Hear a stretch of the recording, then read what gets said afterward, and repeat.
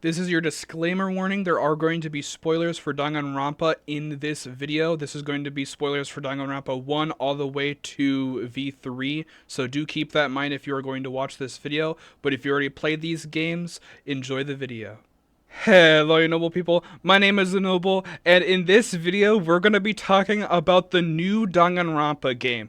They announced in the Nintendo Direct that happened recently that we're getting a brand new Danganronpa game, Danganronpa 2x2. It is a remake and technically enhancement with an additional story of the second Danganronpa game, Goodbye Despair, and that's my favorite one in the series. If you know, I love Danganronpa. It's one of my top 10 favorite games if you watched that video. I absolutely love this franchise, and I didn't actually know it actually got hate. I knew some people just didn't like it in general, but I didn't know some of the fan base was considered to be really bad. So I actually didn't know how toxic the starting fandom was. It kind of went overboard in like the early 2010s, apparently, where a lot of people were extremely toxic with like doxing, which is horrible. There's even like a doxing situation going on right now in the Sonic community, and anytime someone stoops or a group of people stoop down to doxing, I genuinely think they need to be like put in jail, because harming or trying to do something that can be that detrimental to someone over an opinion is so stupid. And then organized attacks on Twitter and stuff like that is stupid. And then the stuff with gatekeeping, I kind of knew about this. Basically, they wouldn't let new people or even people who used to like it like leave. They would like gatekeep it. So if you wanted to try and get into it and you were trying to go into it from like not knowing anything, and suddenly you're like, I don't know if I like that too much, you would instantly get attacked, and they would instantly be like, you don't like it, you don't like it. Or it would be the other way, where if you liked it and were just a normal fan, there would be so many like hate accounts trying to like say that you're horrible and that you're stupid for liking that game. And I didn't know how much it went. And obviously the third thing here with minors stuff is so, it's just, because it's a much mature title, there's going to be underage fans that try and get into it, which is stupid. I feel like you should listen to the age ratings on games. But then also the fact that the games itself with Danganronpa Ultra Despair Girls, which I haven't played. I tried watching a Let's Play and then realized that it doesn't take away from the canon, even though it's technically canon to the story. You could know nothing about it and still like the story of Danganronpa. So I have not like seen the ending of Despair Girls or whatever. I absolutely hate Despair Girls and you should not play it. But I didn't know like the full story of why people dislike Danganronpa. And also it's the fact that, narratively speaking, a lot of people feel like the writing style and the storylines are kind of just for shock factor, and the plot can go too kind of random. And I 1,000,000% agree with that, specifically with V3. I feel like V3 is really bad and completely disrails the ending. Literally, even here it says the controversial ending of V3. It was trying to be a meta narrative, and it sounded like they were insulting the audience of it. But luckily, I feel like that has kind of died down, and the last game, V3, the last game, has been like 2017. We have not gotten a new game since 2017. We did get 100-line Last Defense Academy, which I really love, and I definitely think is deserving to be called a spiritual successor in ways. However, Last Defense Academy is 100% self-contained. You could not like make a sequel on that I think would do good. I feel like its story has already been told, and if they were to do a sequel or a remake or whatever, I don't think it would hold up correctly. But with Danganronpa 2, I am very excited to see how the remake handles some of the stuff in the base game, and I'm very excited to learn about what the extra story we get actually is. Okay, Let's actually look at the website. I have already reacted to these two trailers. They're not much different, and they don't really provide anything. They do give us some visuals. Let me just turn the sound down so I can talk about it. They do provide some visuals. A lot of people did point out that this animation on Gundam and some of the other stuff is a little jarring. It reminds them of that one Spider-Man GIF, if you know what that is. And I will say it does look kind of off. I always kind of, when I see animation like this, my brain is to instantly go to low quality or AI. But one thing I will say is Danganronpa has always had animations kind of in the same vein.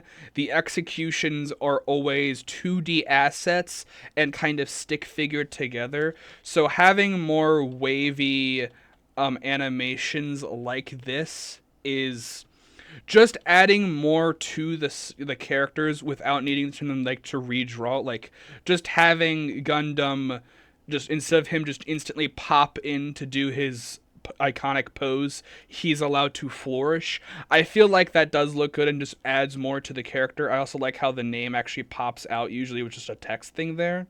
There really is nothing else in these trailers. You do get to see some cool stuff. I do like V3, the way V3's trial looks.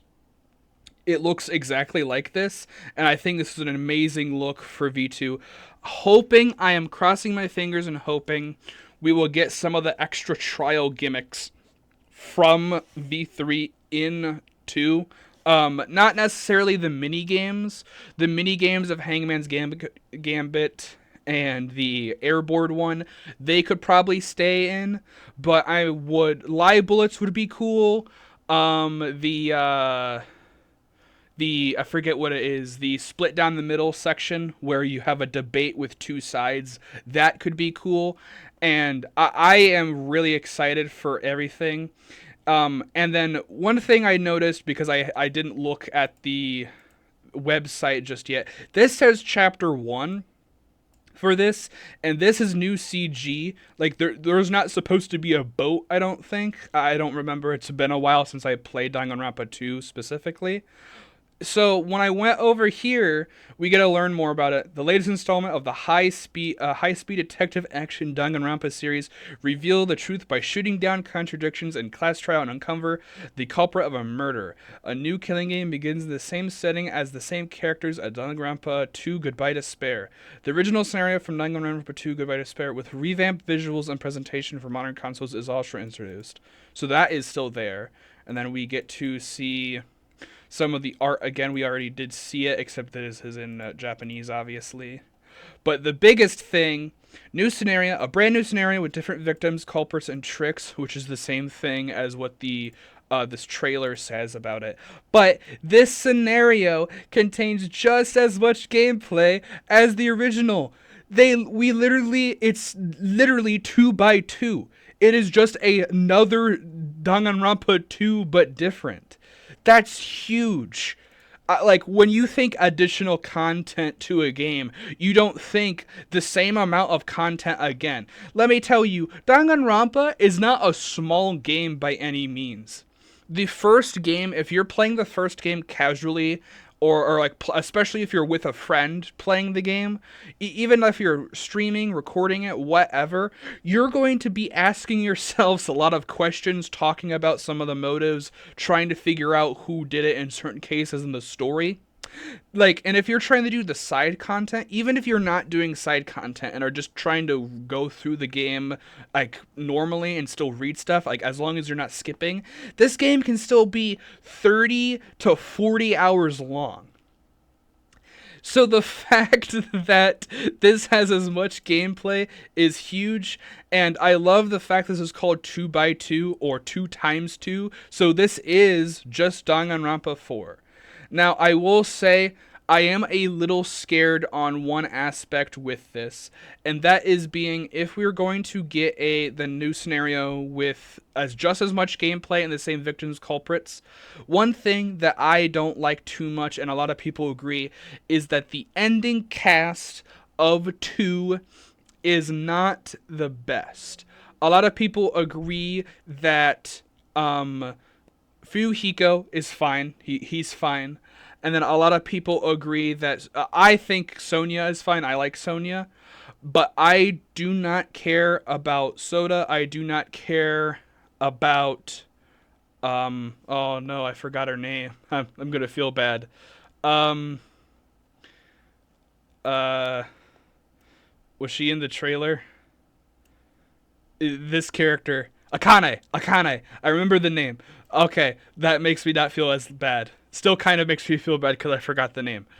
I didn't really care for her too much. She didn't really get development that felt fulfilled. But, like, I mean, so many of these characters are so interesting. I would love to have seen more with Mihiro. Mihiro's a really interesting character. Peko Peko, Obuki. I love Gundam. Gundam's one of my favorite characters. Obviously, characters like Chiaki and Nagito are really good. Even the Ultimate Imposter, spoilers, I'll probably put a spoiler tag on the start of this video, is really cool. But one thing I am scared about is there are also some duds. I don't really know how I feel if Teru would live long because he was designed to be the first killer because like he's not likable at all. He's the pervert character and no one likes him. And that's kind of the same thing with Chihiro. Is that the correct name? I forget. It's Hiyoko. Chihiro's from a different game. My bad if that's the correct name. Um, I just she does get kind of development, but hopefully they make these characters more likable. There are still characters that I don't care too much about. I don't care too much about Nekomaru. I don't care too much about Hajime. I really hate Soda. Hopefully Soda... this is the kind of thing that's the opposite. I guarantee you there's still going to be one character you don't like. So I'm going to guess Soda would die easy, or like first, and then Teru will live or whatever. But who knows? I'm excited to see how this plays out. One thing that I will try, that I hope that doesn't happen, I hope they just don't flip-flop them. If it just flip-flops with who the like victims and killers are, that would be kind of lazy, I feel like. And one thing I hope they do is we do not have a double murder. Double murders are notorious for being really bad and convoluted and not well written. And that is the same thing in Danganronpa 2. I think it's one of... It's not the worst one. V3's double murder is the worst in my opinion. But V3 also does put up an interesting story bit that I hope gets added. The story bit they have is that how the blackened is made is whoever kills first is the first blackened and is the one you need to vote out in the class trials. And one thing that was interesting that they didn't do in V3 is the idea that only the first murder victim counts. So even if you were to figure out who killed the second person, that murder was just technically free. So after the trial was over, you're going to have to deal with the fact that you know one of your classmates killed someone and they're still there. And I would really, really love if they had that idea in here to make the third victim trial fun. I would like to have a trial, if there's double victims, to make it have two different culprits. One dies, one doesn't die. I think that would be really cool. But let me know your thoughts. I'm definitely going to play this. Kodaka is even like part of this, which is insane. I'm super excited for this. We don't really have a release date. It just says 2026, so hopefully we'll get it soon. It is just a teaser trailer, so maybe they're still working on it and it's still cooking. But the fact that it's going to contain just as much gameplay as the original is insane to me, and I'm very much looking forward to it. But that's about it. Stay noble. I'll see you in the next one. Bye.